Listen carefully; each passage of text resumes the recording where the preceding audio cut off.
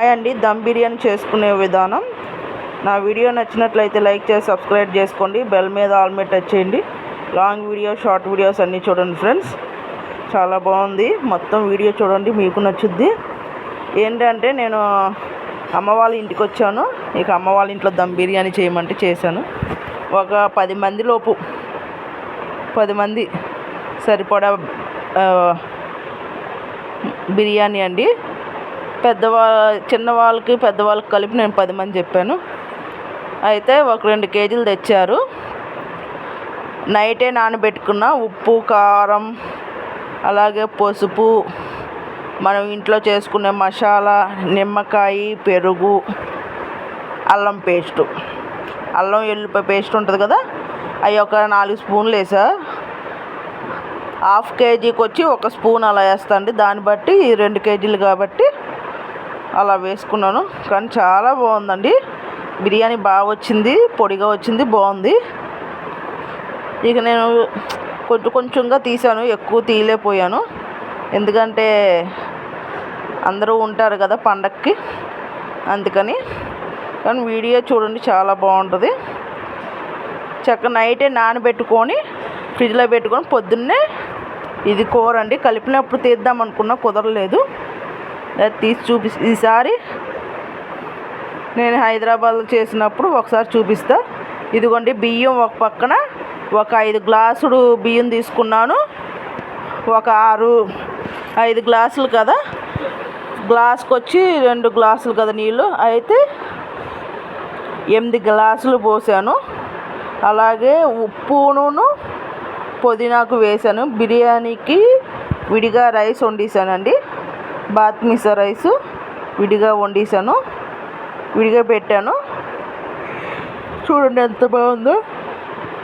ఇక తర్వాత నెక్స్ట్ ఏమో ఇటేమో పలవాకి సంబంధించి మనం మసాలాలు అన్నీ వేస్తాం కదా, దాల్చిన చెక్క, యాలక్కాయ, మళ్ళీ పువ్వులు అవన్నీ ఉంటాయి కదా, వాటికి ఆకు, పలవాకు, అలాగే కొత్తిమీర, పుదీనాకు అవన్నీ వేసి వేగనిస్తున్నా.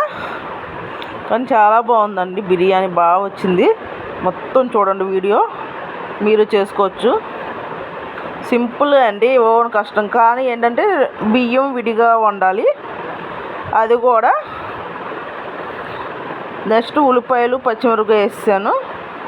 అవి వేగిన తర్వాత కొత్తిమీర, పుదీనాకు, పలవాయి మసాలాలో మనం వేసుకునేవన్నీ వేసిన తర్వాత ఇదిగోండి ఉల్లిపాయలు వేసాను. ఈ ఉల్లిపాయలు కూడా వేగనివ్వాలి.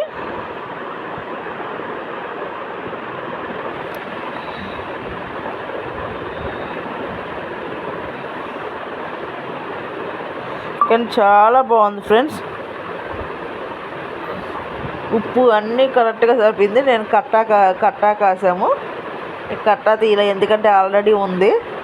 ఈ బిర్యానీ అయినా ఎక్కువ మీద చేసుకునేటప్పుడు చెప్తున్నా, 2 కేజీలు అయినా చక్కగా ముక్కలు అందరికీ బాగానే వచ్చినాయండి. పెద్ద ముక్కలు కొట్టించాము, బాగా వచ్చింది. చిన్న ముక్కలు అయితే ముక్కలు అయిపోతాయి.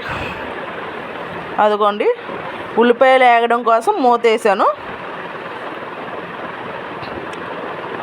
ఇటువైపు పక్కన రైస్ పెట్టుకున్న, ఇటువైపు ఇది. తర్వాత చికెన్ ముక్కలు వేసుకొని అవి కూడా మగ్గనిచ్చాను. ఉల్లిపాయలు వేగిపోయినాయి. ఆ తర్వాత చికెన్ ఇవన్నీ వేసుకొని మగ్గనిచ్చానండి. చూడండి అసలు ఎంత బాగుందో చికెను. అవి కూడా మగ్గినాక చూద్దాము, నెక్స్ట్ ఏం చేయాలో చూద్దాము. చాలా బాగుందండి, బాగా వచ్చింది.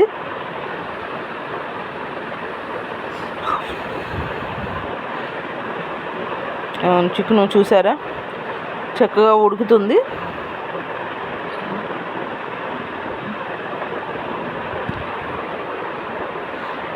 ఉడకాలి మొత్తం.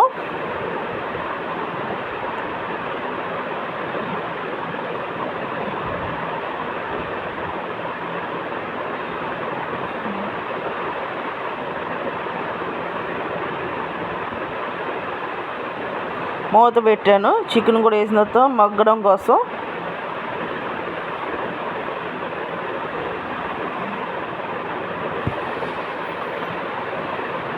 చూసారు అసలు ఎంత బాగుందో. మగ్గిన తర్వాత నేనేంటంటే మధ్యలోది ఒకటే మిస్ అయిందండి, బియ్యం వేసింది మిస్ అయింది. ఇక దించేసినప్పుడు చూపిస్తున్నా.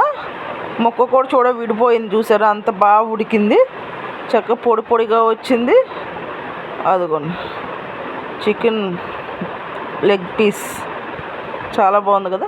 నా వీడియో నచ్చినట్లయితే లైక్ చేసి సబ్స్క్రైబ్ చేసుకొని బెల్ మీద ఆల్ మీద టచ్ చేయండి. లైక్ చేయండి, కామెంట్ చేయండి.